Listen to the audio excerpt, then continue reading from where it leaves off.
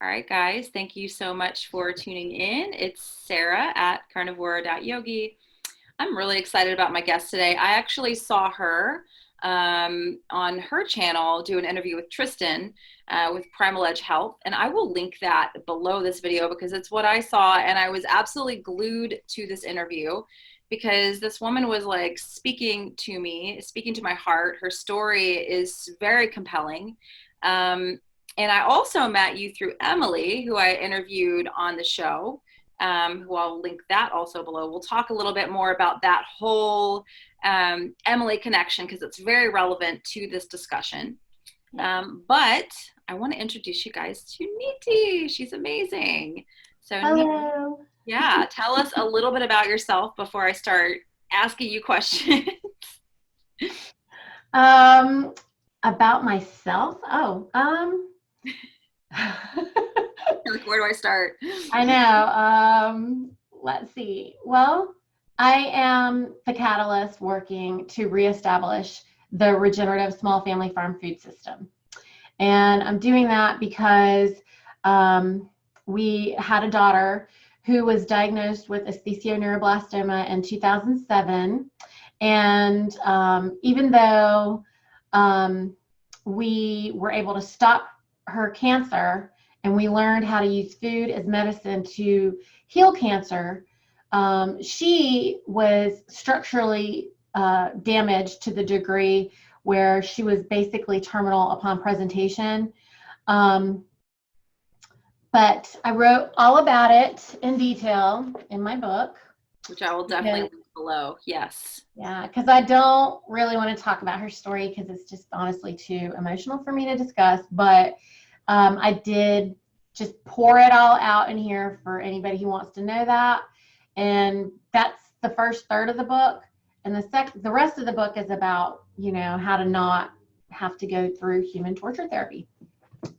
Yeah, I mean, I watched that, and she does talk about it a lot, you guys, in her interview she did with Tristan. And it strikes you as a parent, just right in the heart. It's insane that you would lose a child that young. But what you've done with her legacy with this is nothing short of amazing to me, which is why I really wanted to bring you here. Because this is a topic that gets thrown around a lot, especially in the carnivore community. It doesn't matter where you source your meat; it's all the same. It's fine. It's fine. It's fine. It's fine. And there's a lot of problems that I see just as not even the level that Niti is at, nowhere near. Like I'm I'm still pinching my fingers to like huge. I mean, but I see a lot of problems with that dialogue all across the board. So that's what I really want to bring her here to discuss today, especially since there's a whole thing about people talking about a food shortage right now, which is, I know we could talk about that for hours, but I want to discuss that with her today. So you guys tune in and watch, and that's what we're going to discuss today. So let's kind of get right to it. So you just explained, the catalyst for you starting this type of work. So you've been doing this for almost a decade. Is that correct? Since 2009, so 11 years. 11 years, yeah. And so you basically had this unimaginable situation with your daughter, and you decided, what I heard you say with the interview with Tristan is like, you're like, I'm going to get all this food out of the house. You started how did you come to that conclusion that the food was such a big player in what happened with her and with so many other children and people right now? How did you draw that conclusion? So I come from a family of doctors from India. I mean, we're from India. I was born and raised here, so I'm first generation born in the States. I was born in Niagara Falls, New York, and I grew up in North Carolina. So we moved to North Carolina when I was just a year old. So I really can't say that I'm from New York. Okay. I'm a Carolina girl. I'm a Carolina girl. And so we my grandfather, my mother's father, was a renowned homeopathic physician when he was living in India. And I have an entire family of surgeons and like both holistic and allopathic physicians in our family. Okay. And so we've always been raised with this thing that, you know, food is medicine. And that anything that we're having to combat with health or whatever is just obviously related to what you're eating. And I guess it's never been like, I would never play with food. You know, you see these people like kind of do this biohack kind of thing or whatever. And I would never do that because it seems so dangerous to me, because I think that it is medicine, right? Like you don't overdo anything or underdo anything, because food is medicinal.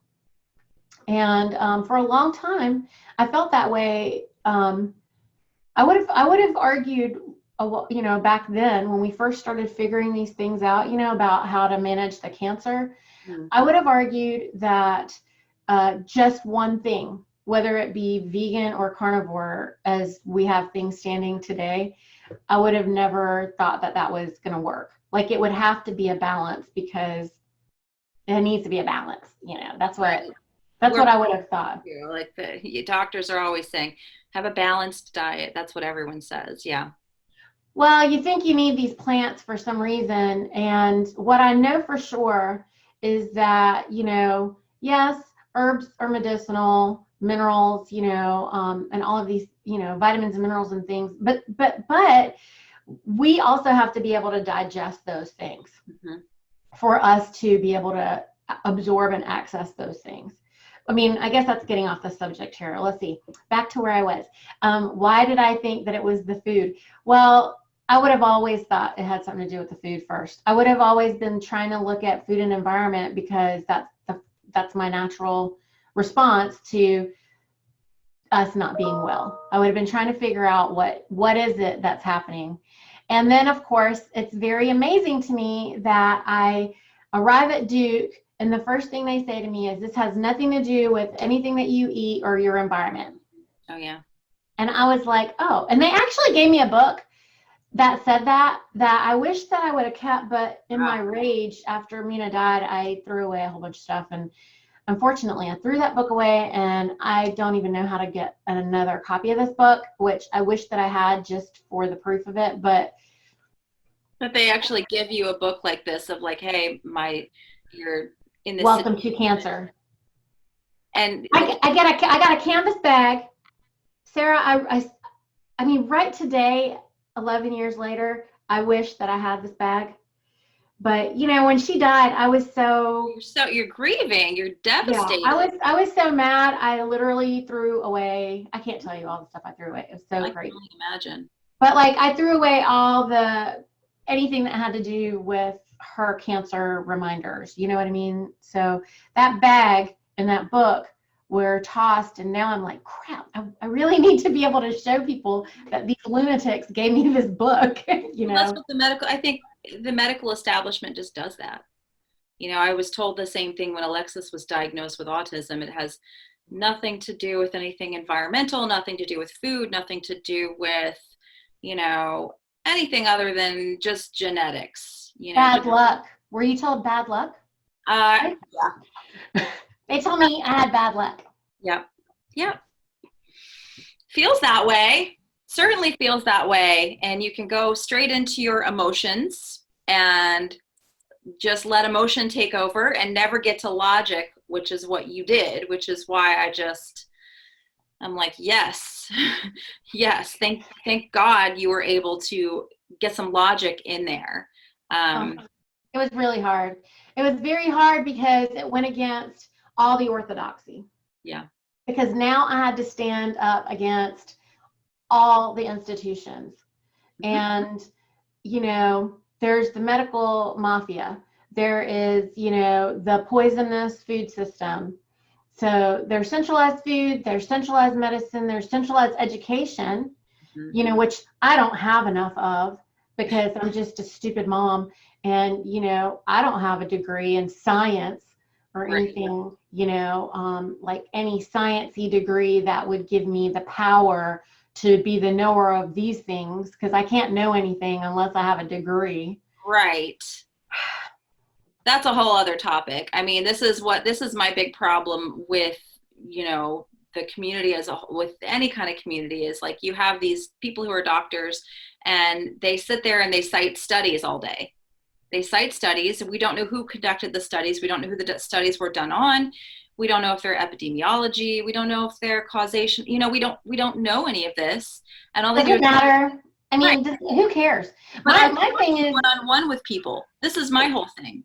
You're not working one-on-one with people.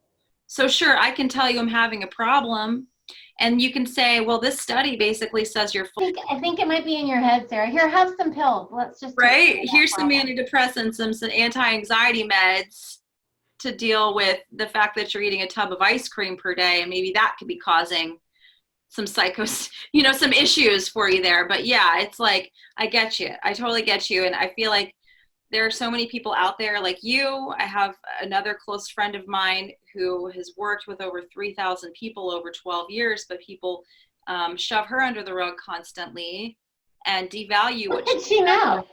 What could she possibly know? Right. After you work with 3,000 people for 12 years, like but I'd rather listen to a doctor over here who can tell me the studies. Well, they haven't even done studies on some stuff there. They only show you what they want you to see, which is convenient. Right. I mean, okay, so what I say, Sarah, is that, okay, first of all, I guess I should pretense whatever I'm going to say with Joel Salatin wrote my preface. I mean, Joel Salatin is, he's the lunatic farmer who, I mean, he's obviously a lunatic, because who would otherwise be farming? It's so dumb. And, but his entire mission is to have America recognize farmers as white collar, because, I don't know, they just only produce all our food. So it's not like they're important or anything. Right. But he says, when he says that I offend people, he's like, Niti offends people. She really offends people. And he says, but her force of heart and her force of sacredness shine through. Even the most defensive naysayer can't walk away from Niti's story unmoved. You either agree or at least partially in her conclusions. Like, you either have to agree with me partially in my conclusions, or you'd say that I'm a crackpot. And if you say that I'm a crackpot, then go to the back third of the book and start reading from the witnesses. Want to change your mind. So Let me be very, very clear. I don't care if you never do anything I say, because I don't care. I honestly don't care. I don't need, only corporatocracy, only corporations want you to follow them, want you to subscribe. They're selling you something. Right. I'm trying to warn you how to not kill your child. Right. If you don't want to take the warning, I don't care.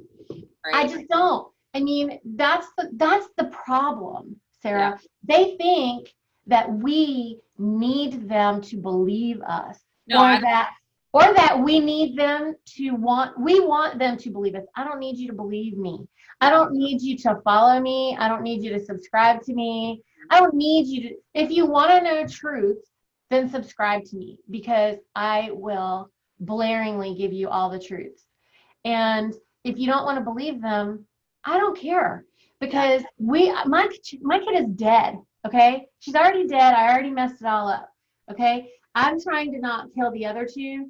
And that is literally all. Okay. Right. And as for the rest of it, if you don't want to listen to what I have to say, touch the stove, please, because you should totally have an experience so that you can understand that this is real. And I'm going to say, all I'm ever doing, people, is reminding you, because all of you are apparently too young to know this or something, and the older people have been watching the Today Show and the Good Morning America for too long, and they've forgotten that science is the study of nature. Science is not settled.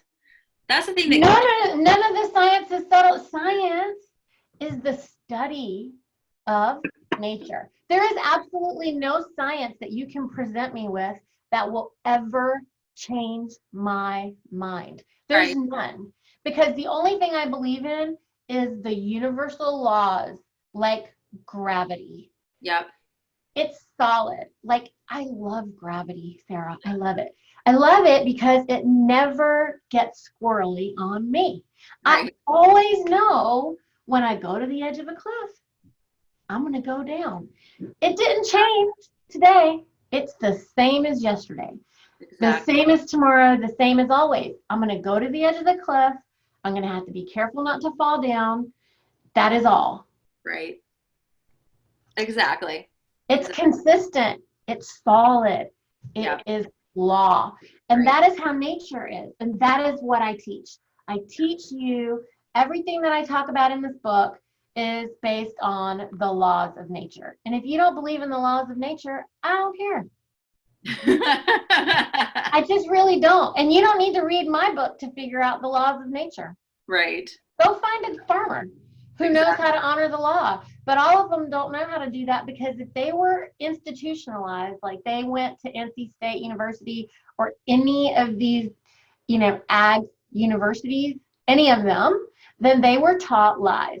They were called biogen, biotech, eugenics, whatever, all of that stuff. If it requires effort, a machine, or a pharmaceutical, or a petrochemical, it is fake. It is not real. It will never be real. It has nothing to offer you. And, I'm kind of a pain in the ass, because I'm going to tell you, get out of the grocery store. Get Yeah. out. Yeah. Because I just want you to go through a lot of struggle. No, I want you to get out of the grocery store, because everything there is a lie. And if it's really easy to get, if it's just going to arrive at your door, it's probably a lie. Yeah. Unless you paid $1 million for it to get to your door. Right. Because real food costs money to arrive at your door alive and not dead. Yep. So, Well, let's jump into kind of how we connected here. So, Emily, who is on YouTube, and I've interviewed her twice now, basically recovered from or put her MS and her bipolar into remission. And she did this with grocery store or CAFO meat. I didn't even know that term until that came up. And she essentially had a relapse. It was after she had bought some really cheap ribeye, I think from like Walmart, or it was definitely CAFO meat, yeah. and thought that her bipolar and MS had come back. You were able to swoop in as a friend and help her connect with a local farmer, to vet a farmer to find proper meat, essentially.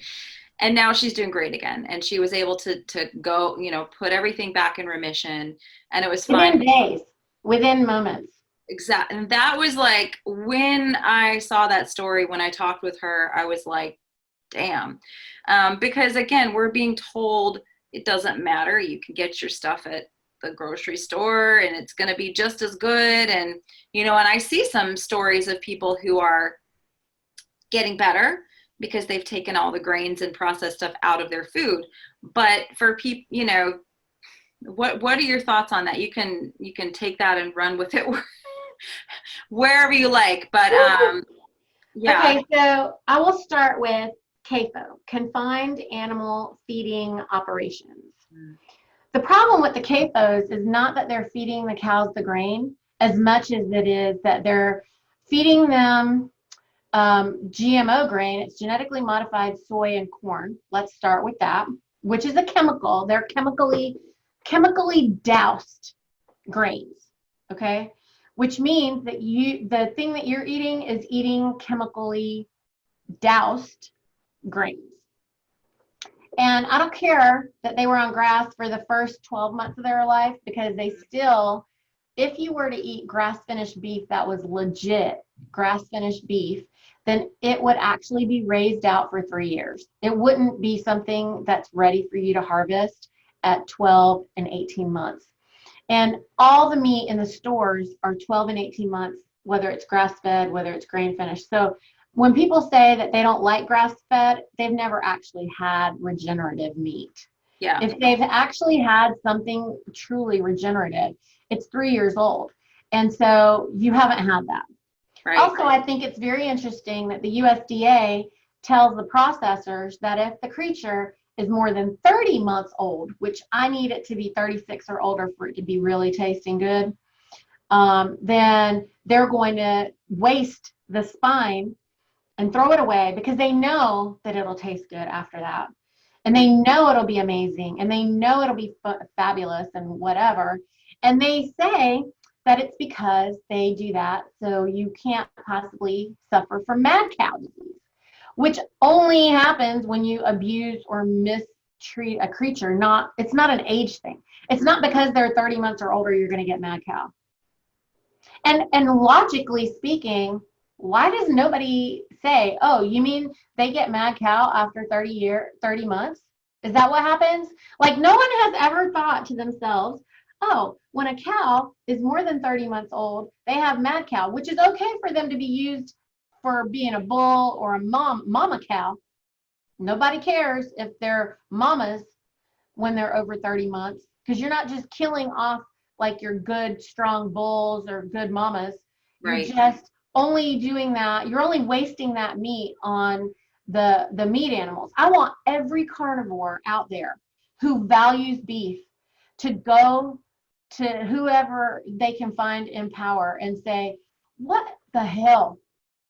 Are you saying that every beef over 30 months old has mad cow? That's when they develop mad cow disease. Mm-hmm. And then I want you to research mad cow your own way, however you want to do it. And then I want you to tell them to convince you.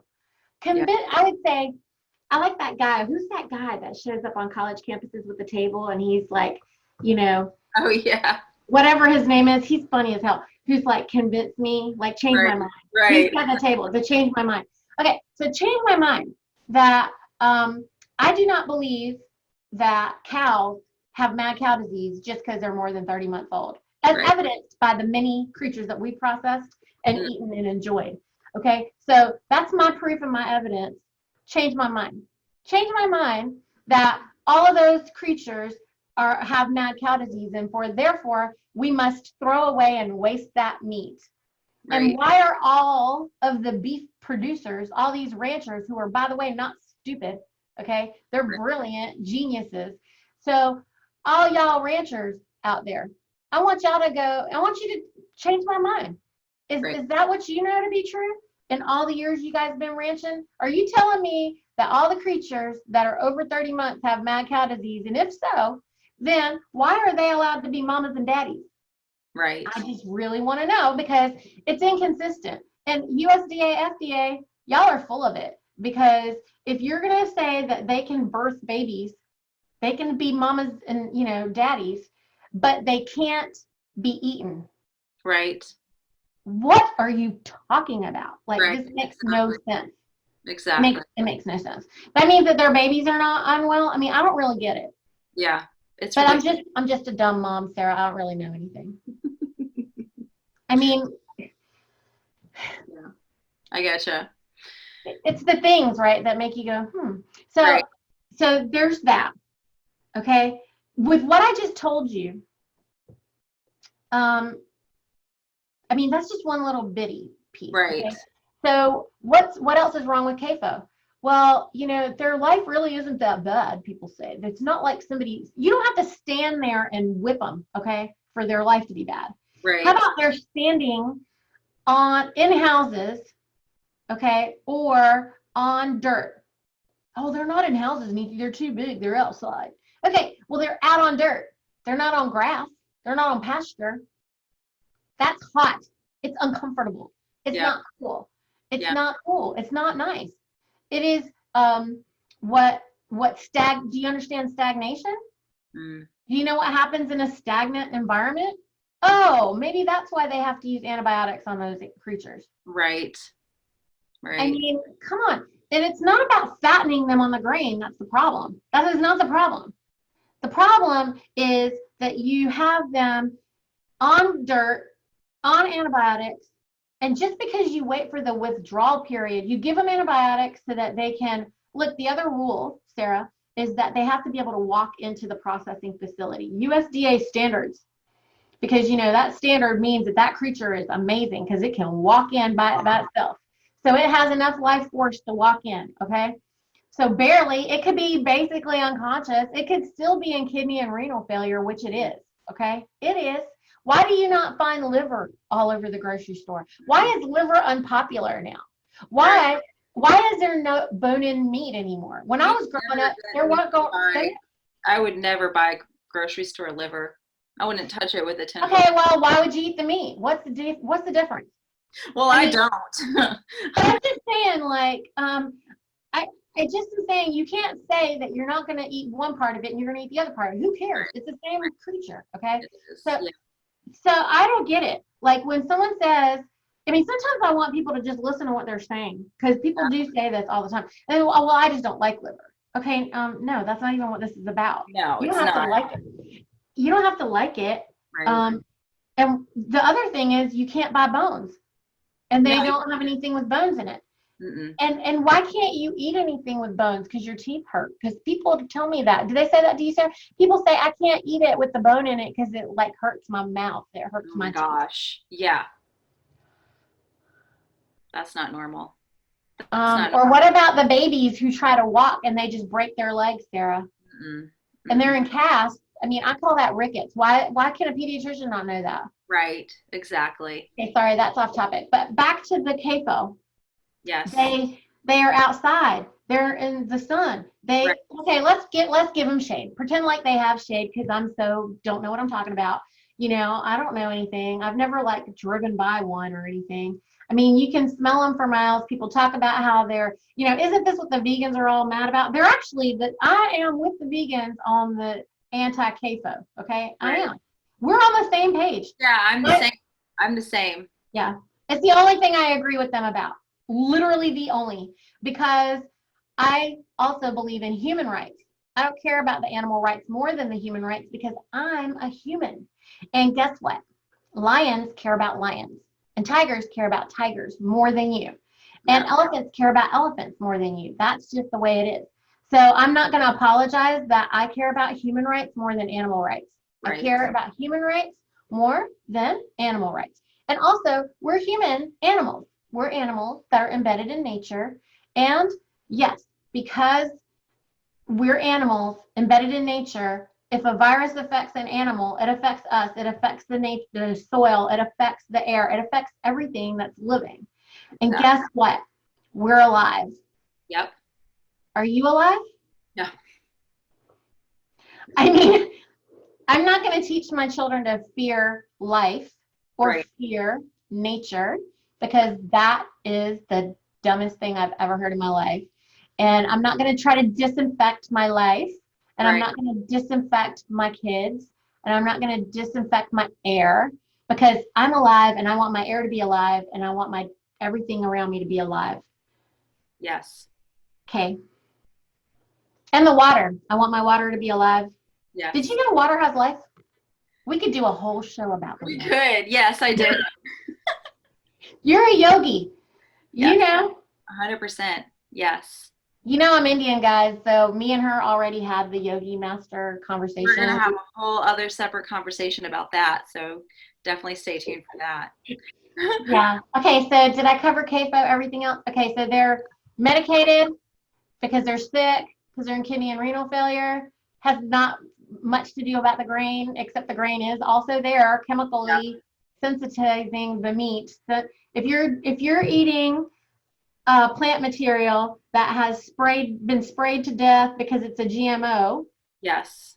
Whether you believe GMOs, you don't believe GMOs, I don't care. I mean, you don't believe in God and nature and air, okay? So whatever you believe in, we don't really care. The truth of the matter is that when you eat things that are man manipulated, interfered, when there's interference with nature, then that causes imbalance. And when you have imbalance, then what do? You give them a drug. You give them, then you give them time to get over the drug. I Yep. think what's amazing is they don't even tell you they don't drug them. They Right. say, they don't even talk about the antibiotic, or I think maybe, do they say antibiotic free? It is antibiotic free, technically. Yep. USDA, FDA standards, look it up. If the creature was on antibiotics and has been alive and held from being processed during its withdrawal period, why Yep. don't y'all look up withdrawal period? Okay, y'all don't know what that is either. Look up Exactly. withdrawal period. If they wait for the withdrawal period, then it's okay for you to eat it. But it doesn't have antibiotics in its system according to some human beings tests that we don't even know if that test really works, because the human beings, we're flawed. We don't know what we're talking about. I mean, I don't know too many humans that live long enough to really know a whole lot. And so I rely on nature. Mm-hmm. You asked me why we started eating this way. I mean, we're going back to that question kind of, but I had to take you this big long way because these are all the things I think about. Like, I think about all these things, and then I can only try to tell you this many things, and then you only hear me say this many things. You know, have you Yeah. seen that diagram? Oh, Like, yeah. so I'm trying to get you guys where I was mentally to be able to make a decision about these things. Okay. So if I find out that this is what happens at a CAFO, and that the process of medicating these creatures and then letting them have a withdrawal period is equivalent to them being antibiotic free, Right. really, that is not good enough for me. It's Right. probably fine for you, and that's okay. You should be free to choose and eat whatever you want if you know what you're eating, but you Yep. don't. And so don't talk to me until you do, because you Yep. don't know what you're talking about. And Yep. when you tell me that you can't medically know this, or you can't know this for a fact, well, I can. I'm not stupid, okay? I can know that they had antibiotics and now they don't have antibiotics in their system, but I don't think that they don't have antibiotics in their tissue. I don't believe that they don't they haven't gone through some type of interference. And also, I don't want to eat any animals that are less healthy than I am. If Right. they're as healthy as I am because I had to be on antibiotics, so then they should have been on antibiotics. I Yep. can't gain any life force from them. But if they're so healthy they never needed antibiotics, wow, what power! What power would they be able to offer me? Yep.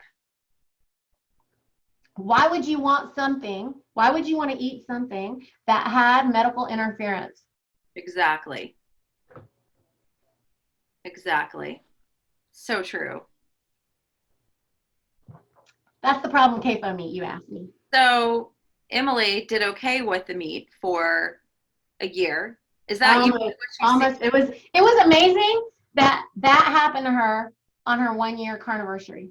Yes, it did. It was her celebration to get that meat. She was all excited about it. She did a video about it.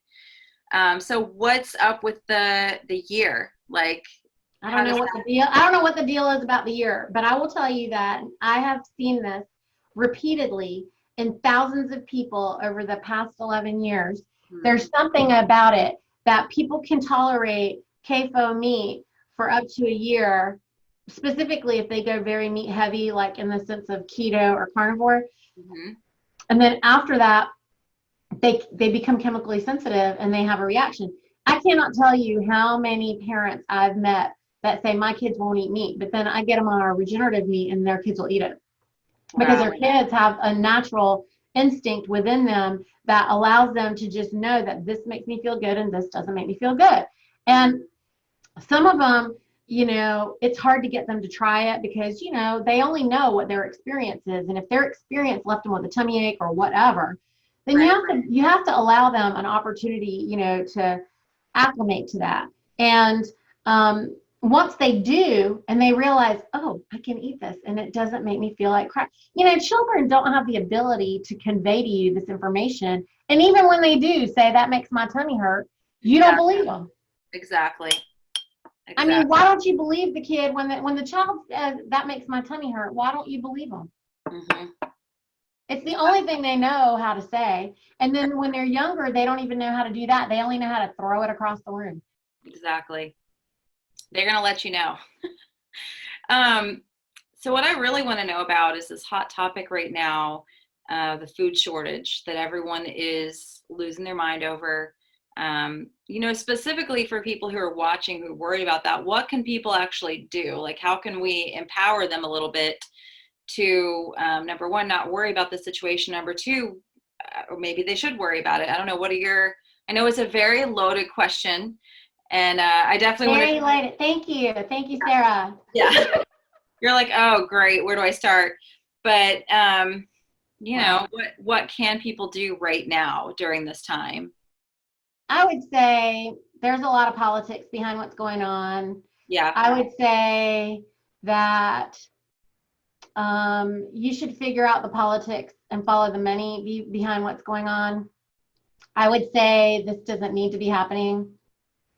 I would say that part of me is happy that the centralized food system's collapsing because I already knew it would, and it was always unstable, and now you can just kind of know that for a fact. Yeah. And people don't like it when I say that. People don't like it when I say, the solution is to develop a relationship with a farmer. And immediately, within 1 second, they start arguing for their limitations, arguing about how it's a pain in the ass, how they're not going to drive anywhere, how they're not going to do, or go hungry. What do I care? I mean, I don't understand. You can't get it because they're rationing stuff in the stores because they've shut down the main plants because how do you control a population? Right. How do you control a population? If they're fat, sick, and nearly dead, and then now you take away their food, which was anyway poison, but whatever, now what? Exactly. You didn't care about your health in the first place. Right. So what we all really need to be doing right now is finding local farmers and supporting them, buying from them. I've made the decision since this whole thing has happened to only buy from farmers. We haven't been buying any meat, anything from grocery stores, which has been not really as hard as I thought it was going to be. People think it's this big impossible feat because we're so conditioned to go towards the convenience, go towards that easy, quicker thing. And it's like, it's not really that hard, you guys. Like what do you say to all of that? I say, stop arguing for your limitations. How do you know something's hard until you try it? How do you know what's going to happen? And so, I always tell everybody, I'm like, well, how do you know? Right. How are you so confident in this? Exactly. How do you know it's unaffordable? Emily told me, look, Emily was on food stamps, as everyone well knows. Yep. Emily was living in a trailer. She was not in a financial position to just have power. No. And yet she was able to, on a dime, as needed, switch to regenerative and never look back. Ever. Right. What? That's the crazy thing. Yeah. If Emily is on food stamps, I'm sure she doesn't mind us saying that because she's done a video about it, living in a trailer. Yeah. Right. She can work with a local farmer and get this food. Then why can't the rest of us do it? It's not about money, Sarah. It's about priorities. Okay. Now let me just tell you guys one more thing. If you read my story, then you'll know that we were on food stamps. We were on one income. We were being ruined financially. Sarah should know all about that. If you have a child who's damaged or hurt, particularly vaccine injured, or any other way of medical malpractice injury, if they've experienced some malpractice injury, which they're all some kind of medical injury, then in those situations, we're financially pretty ruined. Right. All of it. Right. How are you affording to do it? We had nothing. Okay. And what did I do? I literally threw away everything in my house. Yeah, I remember that part of your story with Tristan. It's like you just went through your whole kitchen and was like, everything's out. I can't tell you that. I seriously opened every pantry door, cabinet, fridge, freezer, everything. And I threw everything in the garbage. Like, I literally did not keep anything. I didn't keep a seasoning. I didn't keep that Morton salt. Everybody's all like, well, we'll start using the good salt when this runs out. Right. I threw that mess out. I was like, oh, no. all the poison can just directly go in the garbage. And what I actually did was filled up my family room and my kitchen, Sarah. I filled it all up with every single thing from in the bathroom. If it was in the bathroom under the sink or in my bathroom, toothpaste, all that crap. Oh, yeah, that's the other thing I've done too, is like no more personal care products. Like, no. I mean, You're right. Actually, guess what? We use everything from White Oak Pasture, their tallow products. Oh, it's amazing. They have amazing stuff. You can get all your personal care products. My skin's actually never looked better. I get more compliments on my skin now than I ever did my whole life. I'm 40, and it's like I have better skin at 40 than I did at 30 and 20. From eating high fat, high quality animal fats and meats, and using tallow on my skin and hair. Fat on the outside and fat on the inside. If you're just putting fat on the outside and on the inside, then your whole life changes so fast. I mean, it's amazing. I swear, like Mina, when we did lose Mina, when she died, then they tried to put us on narcotics. Because that's brilliant. I had that whole conversation the other day. It's like when my daughter was diagnosed, they're immediately like, they give me the anti-anxiety medication, and I got heavily addicted to those benzodiazepine because I was just, you were smart enough to turn that stuff down. I was so vulnerable. Girl, that was after. Okay, so when my son was born, then I had a very difficult labor. I was having contractions for 5 weeks. So when he was born, they gave me a prescription, and Rohit didn't know.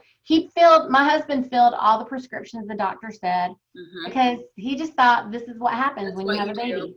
Yeah. So he's just following all the, whatever the guy gave him, he did it, right? Right. And then he's telling me I need to do this, and he's giving me instructions.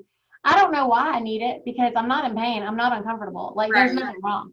But I'm just doing whatever because we're trying to do a good job. We want to be very good parents, know? And my mom came over here because at that time, I was acting crazy.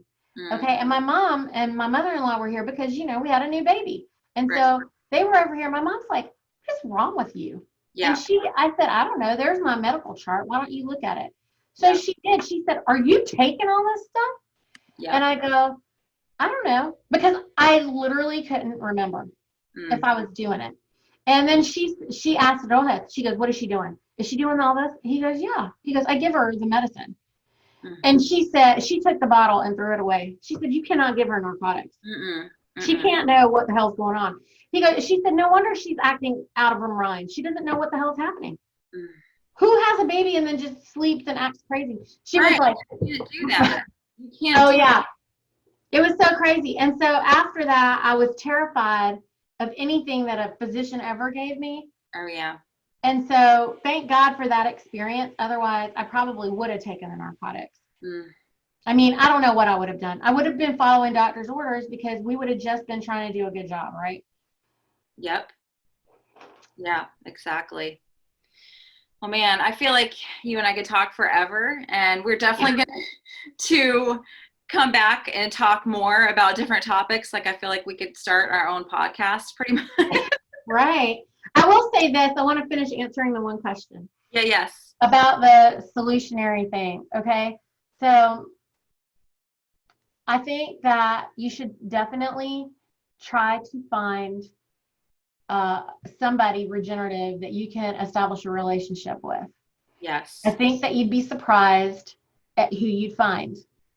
I think that until you go through that exercise, you shouldn't decide how hard or how easy it is. I think it's not a very fair statement. Yep. I also think that if you did have to drive 40 minutes to make sure you have food versus not have food, yes, I don't know, you're going to have to decide what that priority is, because this entire situation is between you and you. It has nothing to do with me. Yep. I don't care. Yep. I know that we don't have to worry about nothing. I know we have food. I know that we're always going to have food. I know that if every grocery store closed tomorrow, I don't care. Because I'm not going to go hungry, and my kids aren't either. Exactly. Do you know that? Oh, yeah. I do, but I don't know about people watching. Yeah. That's what you should be trying to figure out is, are you going to go hungry? And I just don't know how many bags of grains and beans that you can store that are going to keep you alive and not give you the anxiety to be able to even stay in your house all day with your kids. But Exactly. Exactly. I can't eat grains and beans and be home and locked I up. So cannot. I definitely cannot. Off the table. Out of the question. Been not there. an option. Not an option. Nope. Well, thank you so much for talking with me. I am definitely going to link your book. You have a YouTube channel, Instagram. You are also a meteoretics coach, so people can work with you in that capacity. And I know you also offer help for, people can pay you to help them find a farmer. If it's really like that hard, you have the resources and the knowledge to connect people with those resources. So I'm going to list all the information so anybody watching can contact you, and you guys stay tuned. I will definitely be having Niti back on my channel. Yeah, she's amazing. So thank you so much. You're amazing, and I appreciate you so much, and thank you very much. I really, really enjoy all your videos and all your work, and I just love having another mom as a friend who can understand. Amazing.